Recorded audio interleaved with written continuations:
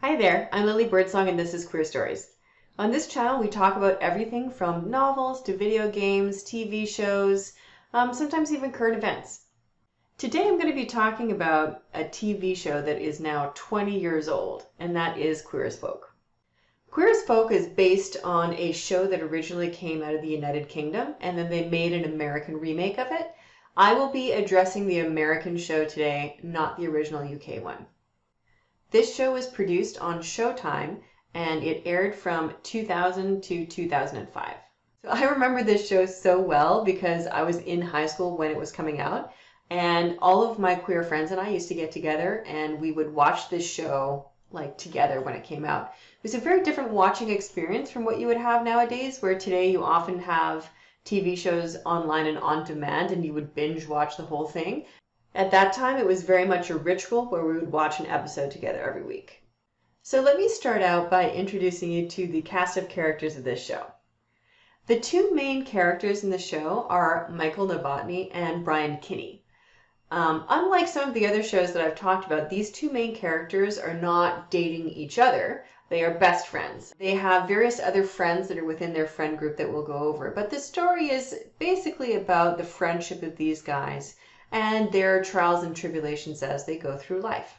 Michael Novotny is played by Hal Sparks. Michael Novotny is very much your boy next door. He is somebody who's not hyper intelligent, but he works really hard and he's got a heart of gold.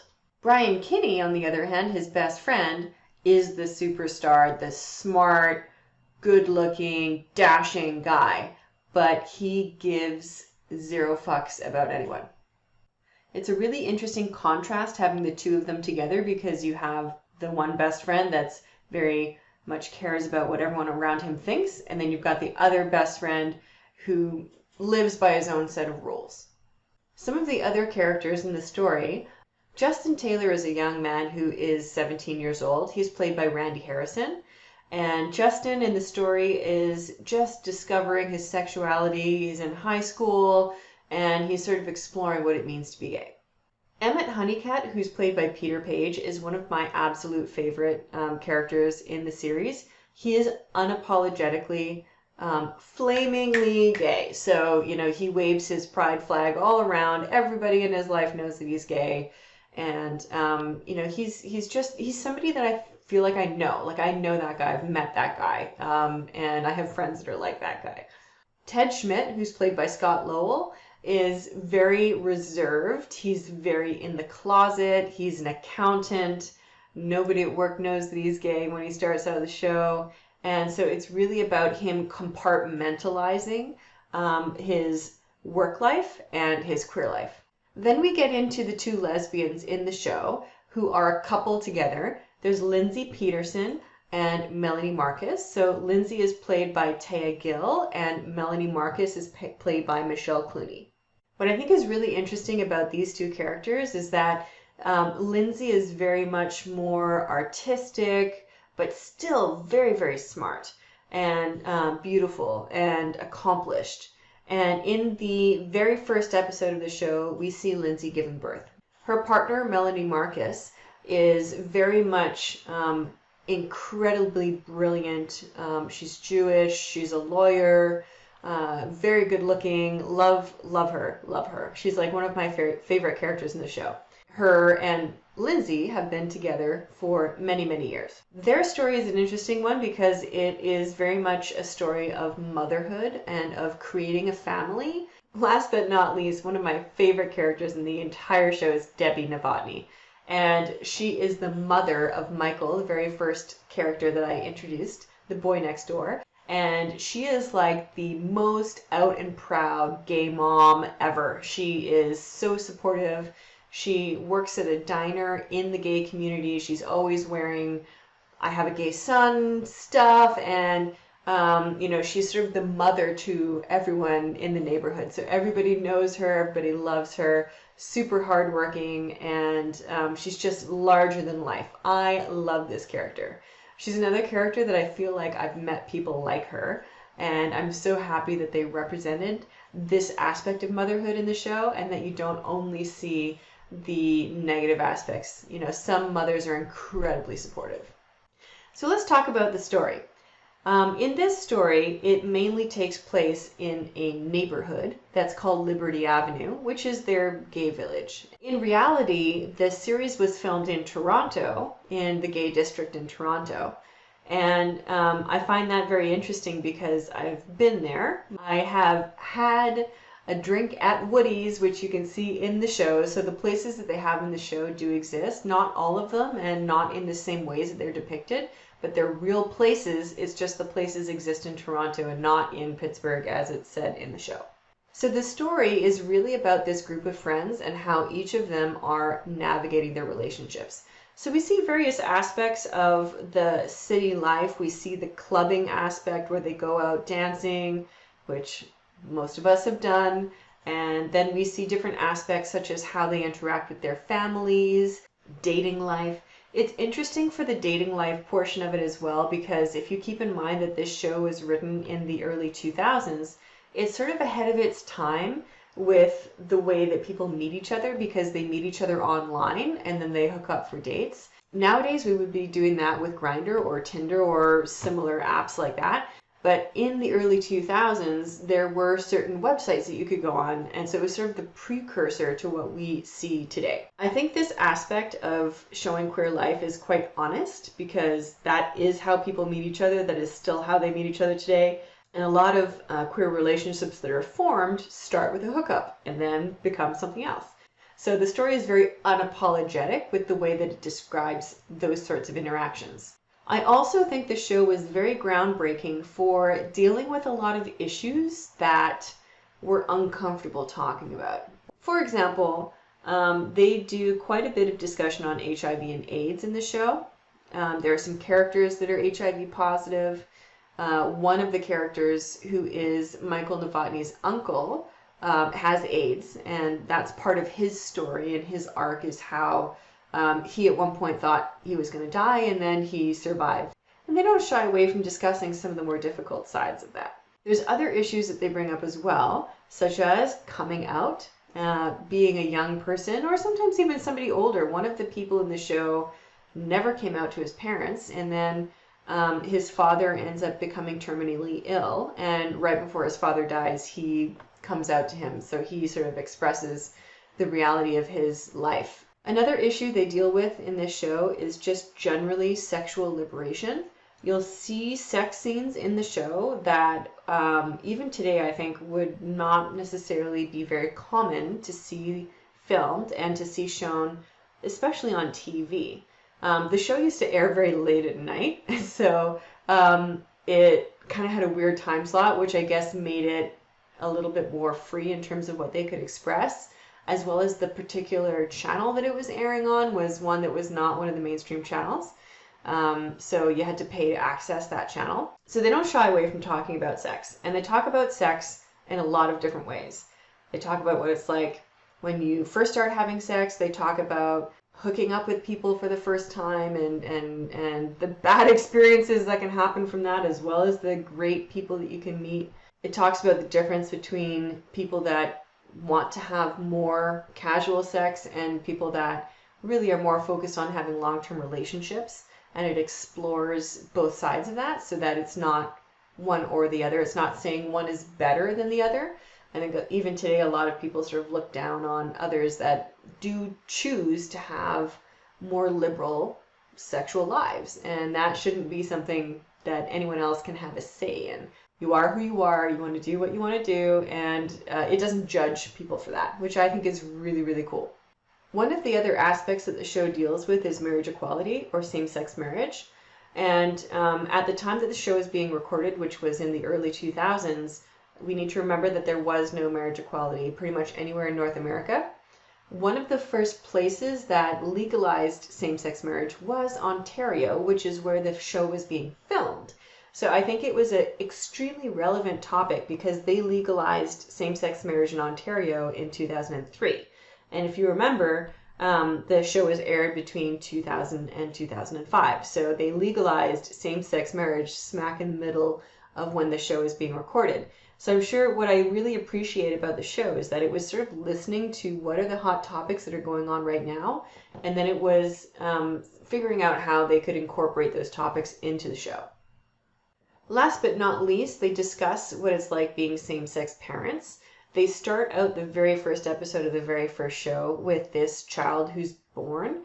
So this is a theme that we can see throughout the whole show, but they deal with various different aspects of it, such as how do you get your kid enrolled in school, and do you present to the school that you're trying to get your child into that you are same-sex parents, or do you try to hide it?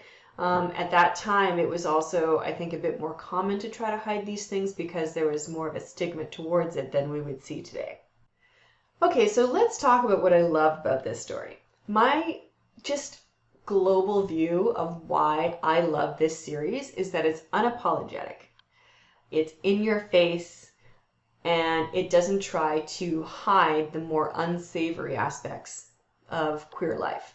I love that it shows a wide variety of different types of queer people. So you go from having some people that are very flaming, out there and proud, and then you go to people that are super in the closet, that are really trying to hide who they are. You have varieties of people that present themselves more masculine and people that present themselves more feminine. I love that when I see Liberty Avenue up on that screen, it reminds me so much of the queer village in my city, that I feel like I could be walking down the same street. I feel like I could be seeing the same people. Like, it's just that whole environment is very familiar to me. So let's talk about what I didn't love about this story. I think mainly it lacked a certain amount of depth in terms of representing the whole spectrum of people that you would see in the queer community. So it mainly focuses on this group of gay friends, but there's not really any bisexual characters in there. There's no trans people in there. There are some drag queens that show up, but they're not really sort of a part of the main story. And then the two lesbian characters, although I love them, it's just two lesbian characters. And so I feel like if their goal was to show a subsection of all queer life, that's not what was accomplished. If their goal was just to show the experiences of one group of friends, then yes, that was accomplished. So I think it really depends on what they were trying to achieve. But if that show is being remade today, 20 years later, I would expect to see more diversity in terms of races that are represented and different types of sexualities that are represented. So it's not just all 100% gay people. It's people that live on the spectrum. So those are the sorts of things that were not very well represented in the original show. The other thing that I didn't love is that there are moments in the show where they tried to poke fun at themselves. And so they made episodes that were satirical. In other words, they were like over the top. You roll your eyes at them going, oh God. Like there was one episode where they were trying to show how short a lot of queer relationships are, right? So, they had an episode where somebody falls in love at the club at the beginning of the episode. They have this majestic, epic love story throughout the evening, and then they break up at the end of the night. It's funny, it makes you laugh, and it's doing something deliberate. It's trying to poke fun at us and like our own, changing very fast, falling in and out of love. It's poking fun at that. But sometimes they went a bit overboard with that, and it just made me go like, oh, like not again. There's one aspect of this show that is very controversial, and I'm just going to hit that on the head right now. And that's that, especially at the beginning of the show, they do have underage sex happening. So one of the characters that I introduced at the beginning, Justin Taylor, as I mentioned, he was 17 years old at the start of the show, and he does have sex in the first episode. One of the interesting things about this is that when you look at the original show from the UK, the character there was actually 15 years old, and he had sex at 15. So there's a couple of things that I want to mention here, and one of those is that the age of consent varies a lot depending on where you are in the world, and it's a very cultural concept. Age of consent is also a little bit different than legally being a minor.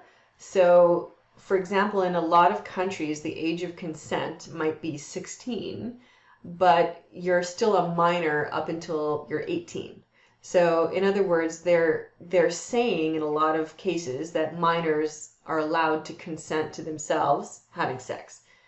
But the definition of that really depends on where you are. So there are some countries where minors can consent, but they can only consent to having sex with other minors.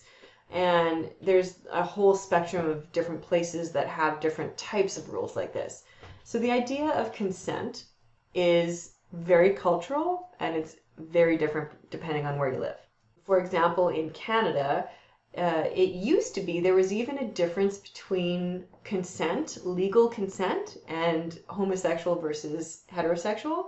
So it used to be that you had to be 21 years old to consent to homosexual sex, but you could consent to heterosexual sex at 16, which didn't make a lot of sense to most people, and so they actually lowered it so both heterosexual and homosexual people can consent to having sex at 16. Now, this is not to say that I'm approving of people having sex at 16, but I do want to just distinguish the difference between those two, because I feel like nowadays there is a lot of shame that people try to inflict upon those that do choose to have sex when they're younger. I myself was sneaking into gay clubs at 16 years old. It was a long time ago now, but I had a lot of fun. I just want to say, let's not judge people who do make those choices. And in the case of how it's represented within the show, it is very much the younger man who is the one who goes out to the club. It's the younger man who seeks the sexual intercourse, and the older man in question says to him, look, you can leave. I'm not forcing you to do anything. And he gave him multiple opportunities to exit the situation. And it was the young man who was the one who chose to engage in sexual intercourse. So I'm of the viewpoint that when something is consensual like this, that it shouldn't necessarily be looked down upon or shamed. That being said, it's extremely controversial because the person that he chose to have sex with was not someone of his own age. So if it's two 16-year-olds having sex together, that would be one thing. But if it's a 16-year-old having a sexual encounter with somebody who is in his 20s, then that's a different thing. In this particular case, Justin was 17 years old and Brian was 29 at the time that they had sex together. So it was a difference of 12 years, which is pretty big. But that being said, if I were Justin and I was given the opportunity to have sex with Brian, I'd probably do it. Like, he's really, really, really good looking and charming and suave and knows what he's doing in the bedroom. And at the time that they decided to do that with each other, it was really just a one-off experience, and it was something that they were going to have and then never come back to again. Over the course of the show, those two people do engage in a long-term relationship with each other. And so you see them go from being a hookup to being a really loving, stable partnership by the end of the 5 seasons. But they still do so without compromising their own ideals. So I just think it's important not to paint everything with the same brush.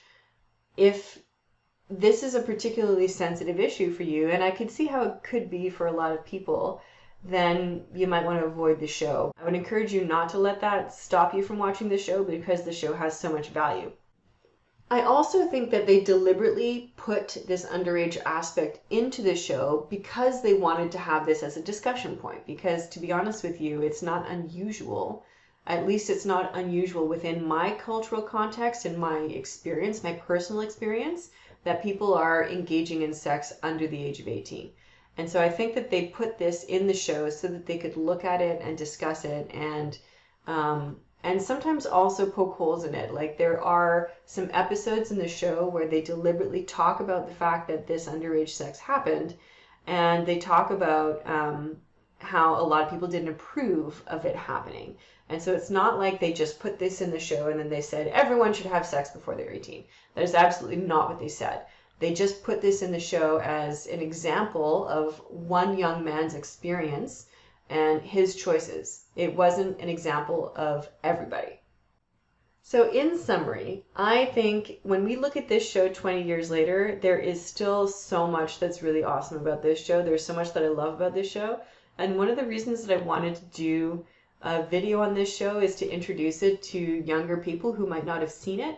I think that even though there are some aspects of it that didn't age well, generally speaking, the story is still amazing and you're going to get a lot of interesting talking points out of it.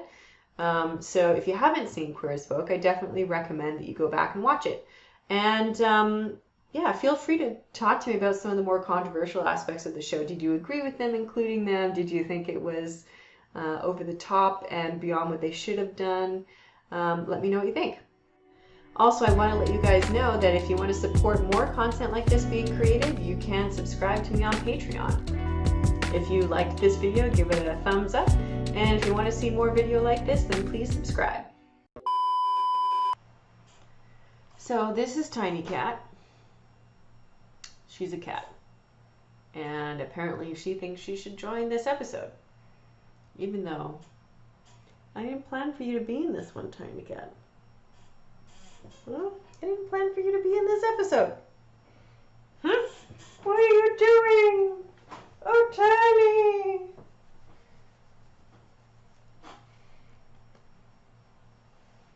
She's very cute, though.